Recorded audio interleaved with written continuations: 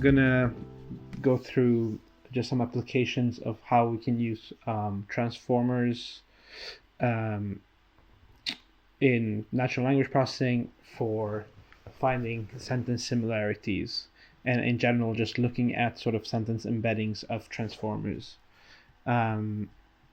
So the outline will basically be just I'll give a brief introduction about me, just some introduction to natural language processing, and just how, like, why transformers is good, and then I'll jump through the demo. Okay. So I'm basically started up with chemical engineering, and then went on to do a PhD in computational chemistry, where I actually did my thesis on applying machine learning at Carnegie Mellon University in USA. And then after that, I've been jumping around different startups and doing some contracting on the side, working with NLP problems. Currently, I'm at Alpha Quants, which is a consultancy firm focusing on finance and AI problems, doing a lot of applied machine learning there, working with actually with a lot of transformers as well. So, I mean, basically, natural language processing is just understanding human language, making algorithms that understand language just as we understand language. There's a lot of data available, and there's a lot of different tasks that fall under the umbrella term natural language processing. And for all of these, we sort of need to understand the sentences and text in general, from words to larger chunks of text. So the first thing that I wanted to underline is word embeddings. Basically mapping words into a space where they represent what the word is word embeddings. So if we give an example here, we can see that the common things here, that there are some dimensions that can define sort of what sentiment or what semantics a word has, and we want to move this and see how we can do this for larger chunks of text, such as sentences and paragraphs. The most common one basically have been, if we look back in time, has been bag of words models, where you just take all the words that are in a sentence or in a paragraph and map it into essentially a vector with the counts of the different words. And then there's different variations that you can normalize this in. But you sort of lose the information of sentences where you, because there's a temporal sequence in language. I'm just running through these pretty fast because I want to get to the demo. But I thought I'll give a good overview of sort of why transformers matter. And this later developed into sort of a model from neural machine translation, where you sort of use this recurrency property in neural nets that you can use to understand language better, because you sort of have this temporal sequence. But then this is where sort of the transformers was born, where we look at the sort of the attention. This mechanism, attention, is basically putting different weights on where the word should be focusing on. Like, each word should be focusing on in regards to itself or in regards to the output, like in regards to input or to the output. And specifically, the self-attention is where it looks into the input, essentially. So it sort of looks at each of these words and sort of understands where it should put most attention to. And so this is the general, transformers architecture, and it basically is at this stage sort of the state of the art of what well, not in all cases, but in a lot of tasks, it has been outperformed a lot by allowing to getting better sentence vectors and word vectors, so better representations of the words and sentences. And the architecture is basically that it comes from transfer learning, where you sort of do a pre-trained model first, which is unsupervised. You train up, and that's where we're focusing on mainly. Then you can fine-tune it specifically to certain tasks, but we want to look at this sort of unsupervised representation. That's what we're interested in here. And so what we're going to focus on is sort of putting in sentence through BERT, which is one of the transformer architectures, and then the output from that is going to go through some pooling, and we do the same thing with sentence B, and then we look at the cosine similarity, which is a distance measure for multi-dimensional vectors. And so yeah, let me switch that to, now I need to switch this to, oh, sorry. Oh. Yeah, sorry if you guys didn't see that. Let me turn it here. Now I'm going to switch to the notebook. No, sorry. Oh, it's still.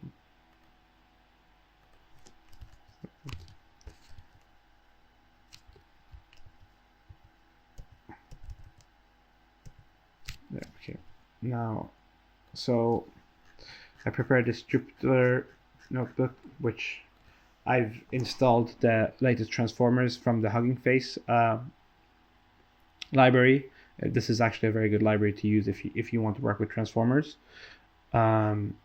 And then I installed NetworkX, that's for the last demo, and another package, Sentence Transformers, which is more specific for getting the embeddings of the sentences. And I'm using PyTorch 1.7.1.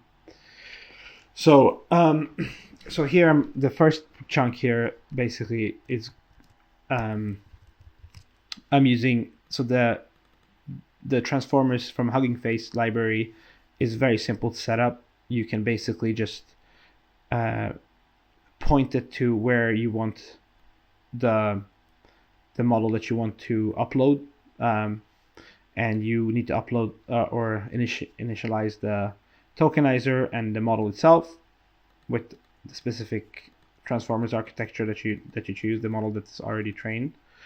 And then you tokenize the sentences, which are these three sentences. Then you can just get the model output by inputting the encoded input, which is tokenized. And the model output, then we run through this function here, which essentially just takes out the token embeddings, and then it squeezes it, processes it a bit, and takes the sum, and it basically takes the mean of that. And if you guys are not familiar with mean pooling, just to do small, it's basically you're just compressing a matrix into a smaller version. Now you can do max pooling, taking the largest number, or there's a few different pooling methods, but mean pooling is basically taking the mean of different subsections of a matrix or a tensor. Sorry. And so here we can see the sentence embeddings outputted here from three sentences here. If we look at the shape, we can see that it's 3 by 768. that is the length of each vector of the space of the embeddings. And we can actually look at one of them here. So this is the first sentence, so it would represent this one. This framework generates embeddings for each input sentence. We can see that this is essentially how it's represented in this semantic space that's trained on the transformers. But moving along, so using this library, the sentence transformers, you can actually do the same thing here, and so this is a completely different thing. You don't even need to do any of this. The previous thing that I went through, which is the transformers one, this actually does a lot of this for you already to get the sentence embeddings. So you just point to the model that you want to load up, and then you encode the sentences. So these sentences correspond the same. Oh, this is such a long. I'll just do the shape, so I don't have to go all up. So it corresponds to these three sentences, and then you can just do a cosine similarity between the two, well, between the sentences and themselves, and you can see there's basically a one distance between the diagonal, meaning that each sentence is as similar as it could be to itself, like the maximum. And yeah, then I have a few more examples that we can look at here. So we have I like Python because I can build AI applications, and I like Python because I can do data analytics. So these are quite similar sentences. Again, put it through the model, encode it to get the embeddings, and then you get the scores. I rank here, it should give the same results. And it has a similarity of 65% or 66 approximately. I like, let's say,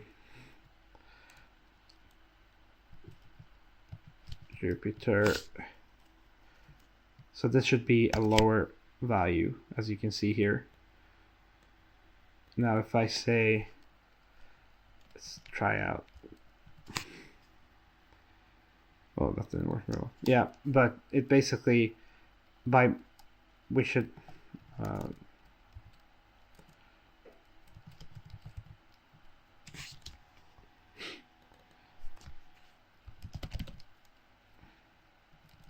or let's do, yeah.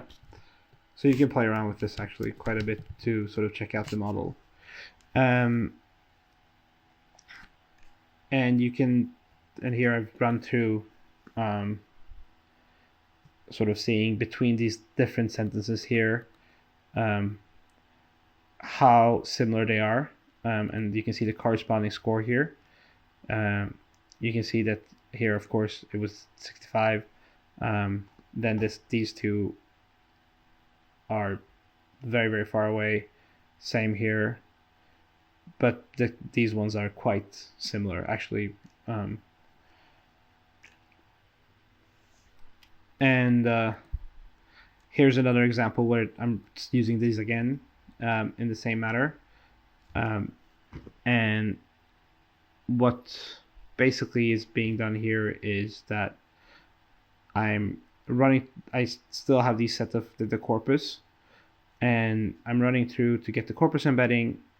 I have another sentence, and I'm trying to see which one out of this corpus it would correspond the most to. So I get the corpus embeddings, I get the sentence embeddings, and I say that I want to compute the top two similar sentences. And what I'll do here is I get the cosine scores, and I'll sort it by the top k, and then basically I print it. So here the sentence, I like JavaScript because I can build web application. Web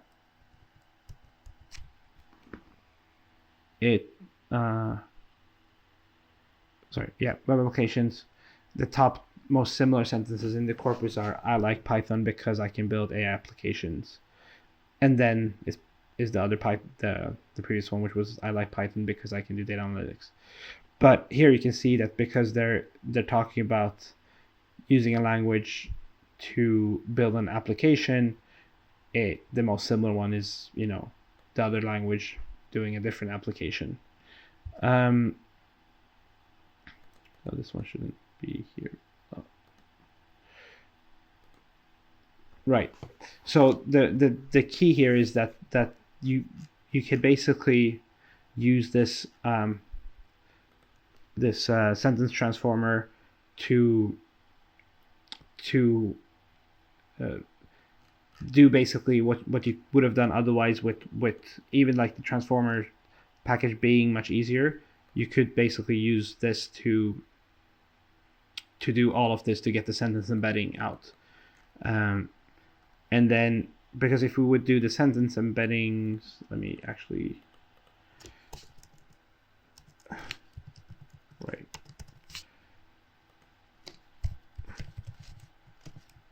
No, sorry.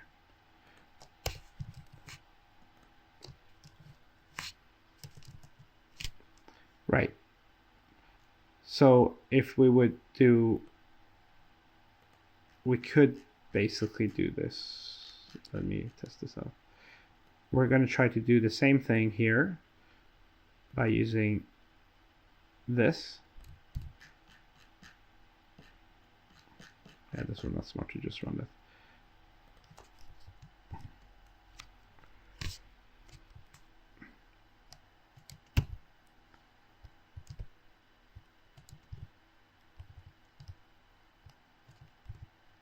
Well, actually, I don't think we need to make it numpy in this case. Let's give it a go without that first. So let's try to see if we can compare this to this here. Oh, did I? Yes, I didn't put the there. Right, and then we're gonna get the first value. So here we can see that. So notice that this is also. I didn't get the first one. What? Right. Yeah, because it's the two. So if we would do the same here with, so this is the, what is this? This is the first and the second sentence. And that corresponds to 0.71 in cosine similarity, which is the same as, let me see, so it's the first and the second, right? So it would be these two values. So we can see that these are different, but this is also because they use different models. And this one is a distilled version, so it's a much more lighter version of a transformer. But basically, the point is that using all of this to get the embeddings, we can just use, we can either do that, and then you get more, you can choose how you can do the pooling. You can choose a few more different models. But if you just want to do a quick, version that is easier with fewer lines of code, you can just use sentence transformers, which works as well for just general cases. The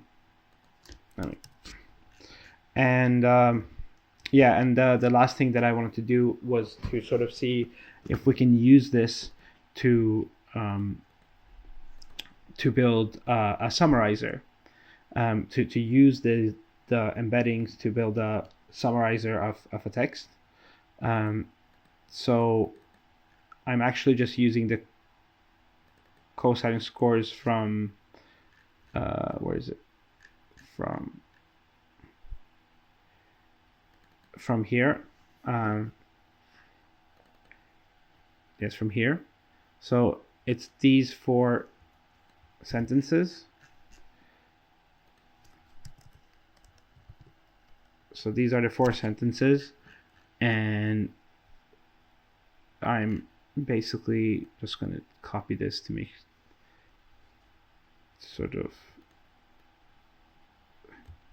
it a bit more clear. So what's happening here? So what we're doing here is we're taking these sentences, we're initiating the sentence transformer, we're getting the embeddings from there for these 3 sentences, and then we're getting this cosine scores, the distance between them, and then using network X, doing a graph out of that of the cosine scores, and then calculating the centrality degree centrality, and take the one with the highest score and saying that is, well, it says 5 sentences, but we're just taking one in this case. That is the best summary of it all, of this text. And since these sentences actually don't have anything in common, that really doesn't work that well for the summary. But if we would add something like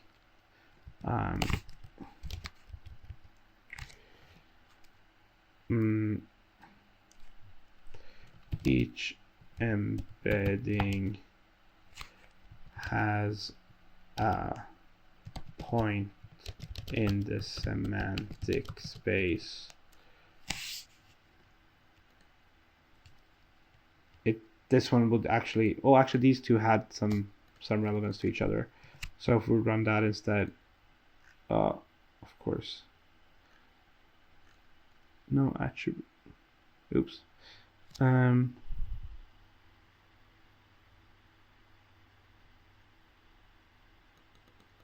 Did I do? Oh, right, because I've already done the numpy here. So, yeah. Yeah, so this one shifted to, no, it's still the same, right? So this has the highest embedding.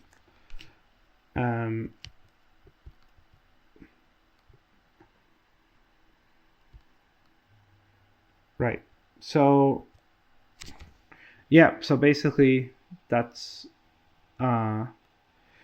the presentation or the demo that I want to give on how we can use some examples of how to use the sentence embeddings, and how easy it is now with these packages to sort of get good embeddings of paragraphs or sentences.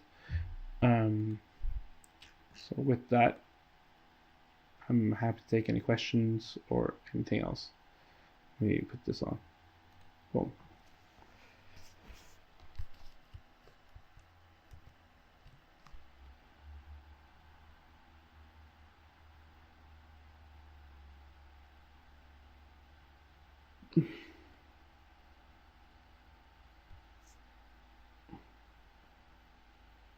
I see that there's actually a question here. Here's Dev Cookie. Good evening. What are you doing? That's a vague question. What do you mean?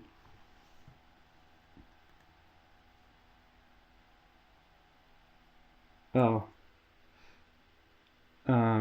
So basically, this is just, I'm going through some examples of how we can get the sentence embeddings with transformers, which can be used for various applications. The one application I gave was to see the similarities between 2 sentences, which can be used for text summarization. It could also be used for clustering of text. Yeah, I can also share all this code with you guys if you want to.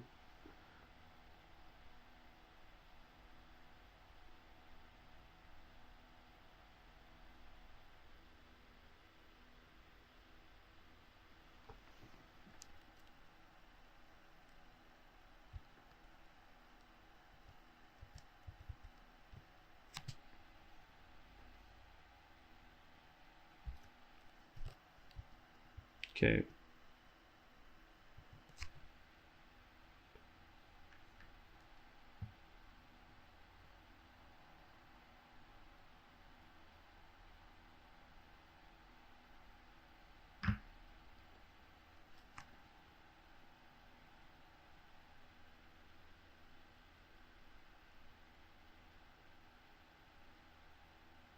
According to which criterion are there? Criterion are their similarities converted. So the similarities are the similarities are based on the transformers embeddings, and what I've been using, I can show again. Let's see if I can, yeah. So this is sort of how it is done. It's basically here BERT is one of the transformer method models. I put in the two sentences, and they both go through, and then some pooling to reduce the size, and then look at the cosine similarity between the two sentences to get a value describing how similar they are.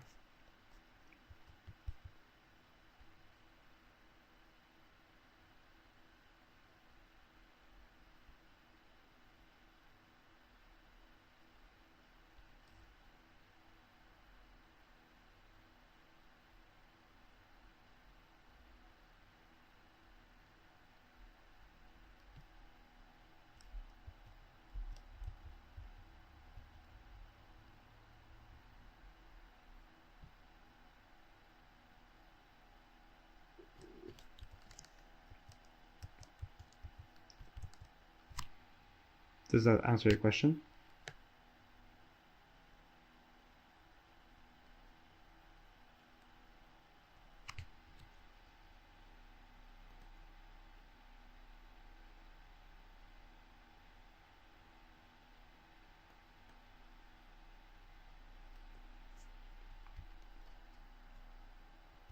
Yeah, and I can show it again. I mean, here is again. Well, actually, let me take the simple one. So here we can see you have one sentence, the other sentence basically just runs it through the model, and you get the cosine score between them. You take the cosine similarities between the two embeddings. Actually, let me get the entire one here. Sorry. No, yeah, that's it.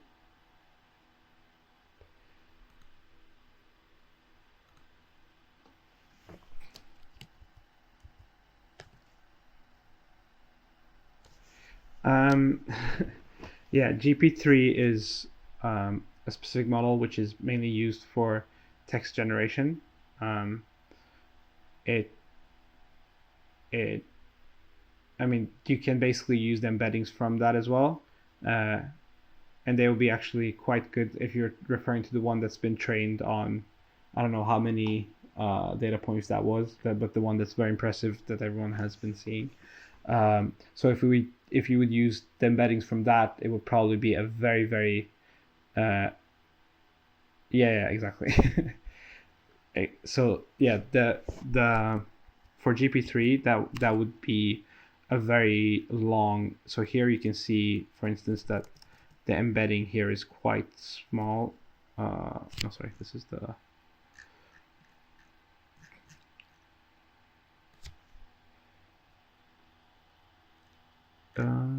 yeah. So if we look at the sentence embedding here, we can see that the shape is quite small. So these are the three sentences here, and each of them is this long, the embedding space. I would guess for the GP3 model, they I mean, not necessarily, but I assume that the length of the vector representing it is larger than this even. But the main thing is that it's just been iterating more, so there's a larger inference with more data that has trained the model.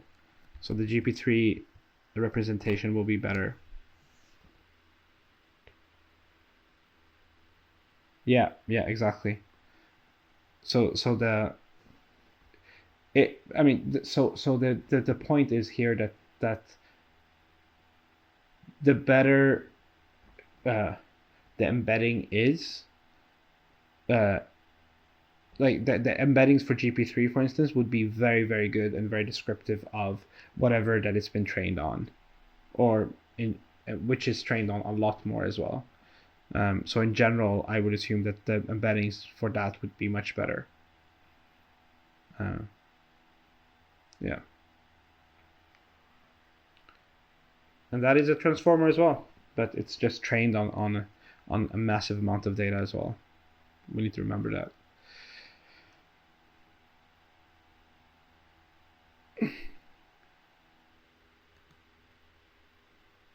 Any other questions, thoughts?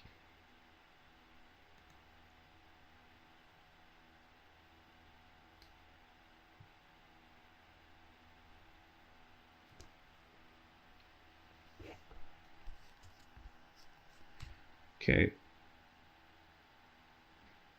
I think I'll stick around maybe another minute.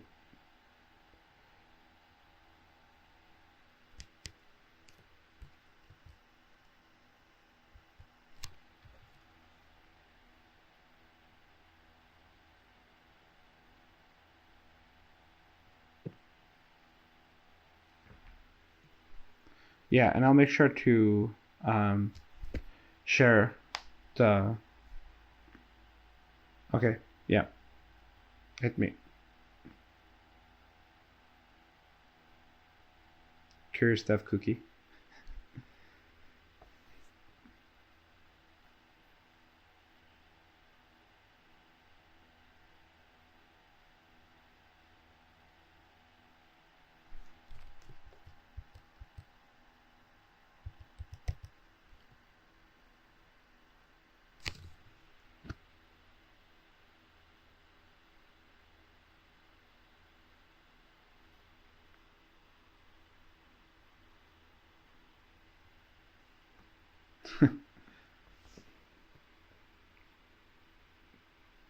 Yes.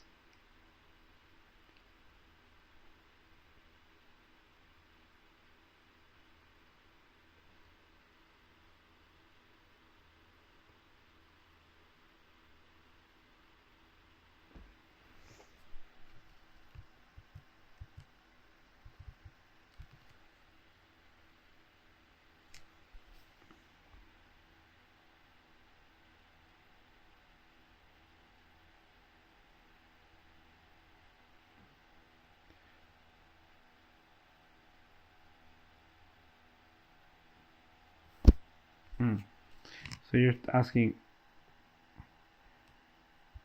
why is it so little functional programming around?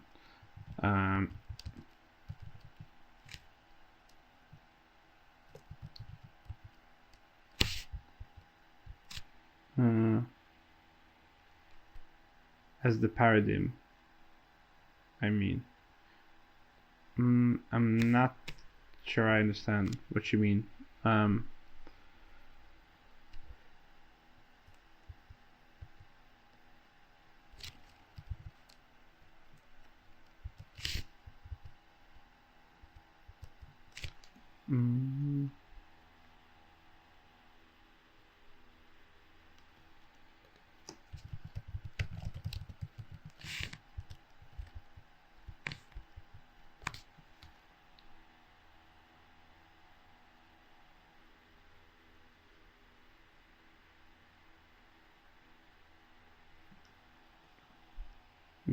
I mean, I guess the thing I can say is that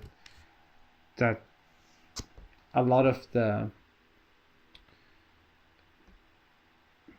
I guess you could do a lot of functional programming for developing the transformers and this, if this is what you mean.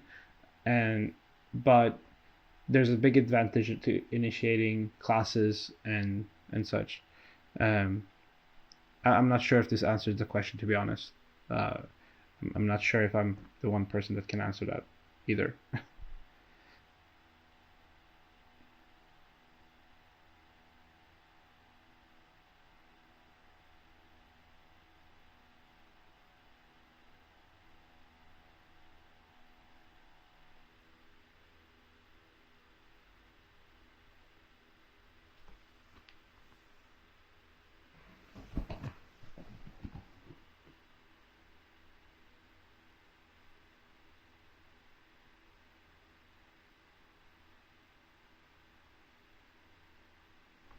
Oh, you can't hear me. Oh, that's no good. Let me see.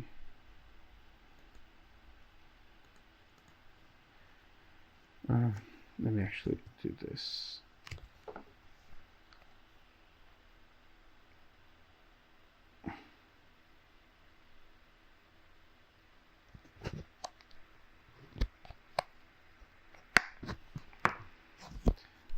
I'm trying the mic from the computer. Does this work better?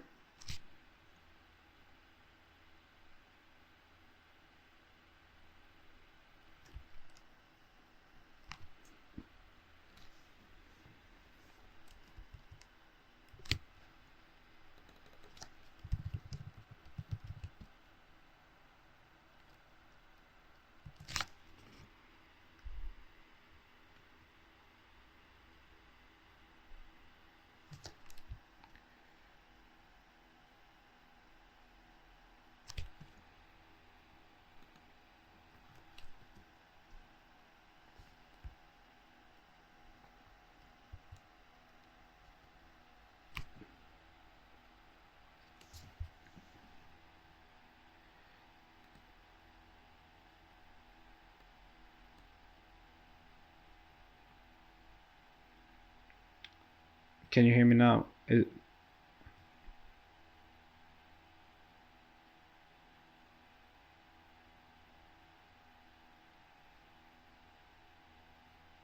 you have a second question as well?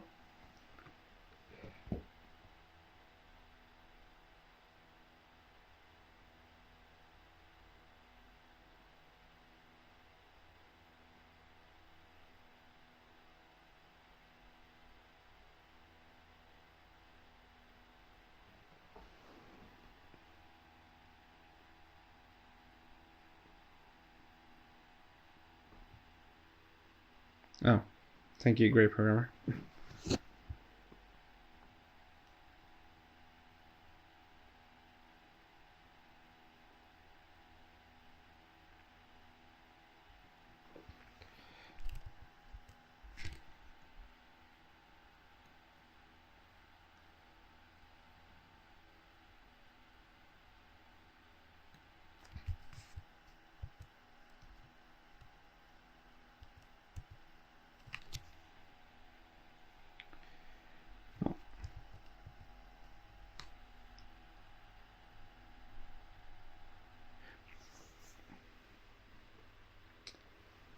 Yeah, okay, so I think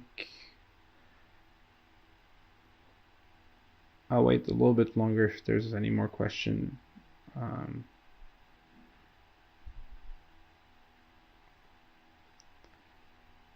But I really recommend,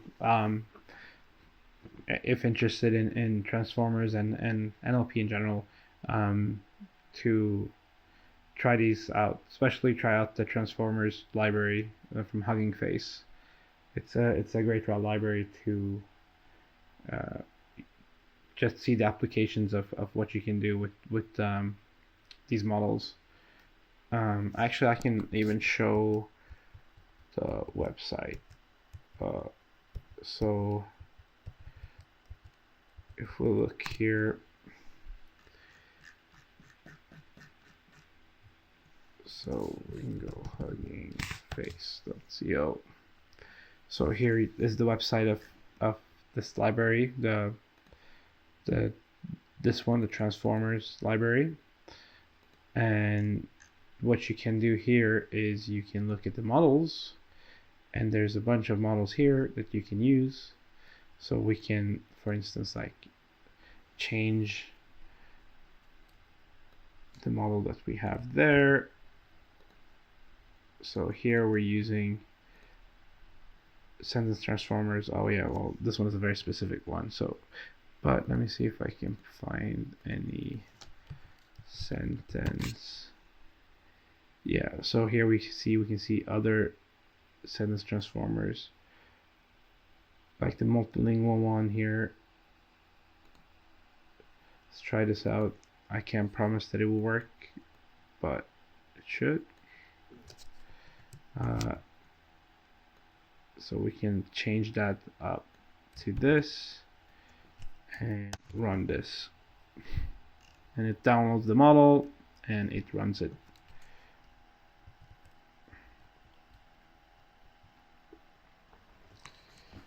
Takes a little bit of time, but it's really cool to sort of see what models they have, and they have a whole load of different specific models trained on specific tasks, like summarization, question answering, classification, translation, yeah, whatever, and different language they support. Oh, they have Swedish as well. Cool. Yeah, this is growing a lot, so it's definitely worth checking out. Let's see. Right, so that's got done, and we can see here, boom. Right, so it just, so you can see here the shape is, I think, is a bit different, or is it the same? That's the same. Yeah, same number of embeddings. Oh, right, because we're also, well, yeah.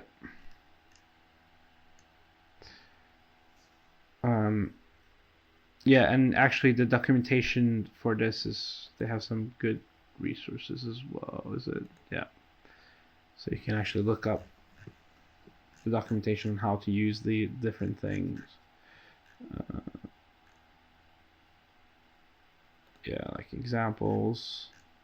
It's a really good resource. Okay, I think that will be it. Really like this picture. That'll be it for me. Thank you very much for everyone for listening. Feel free to shoot me a question anywhere. My Twitter handle, if you're interested, follow me. I'm not super active, but I hope to become more active. Is, yeah, it's not right. It doesn't look very nice, but which is my first and last name. Cool. Thank you very much. I'm going to stop the stream now.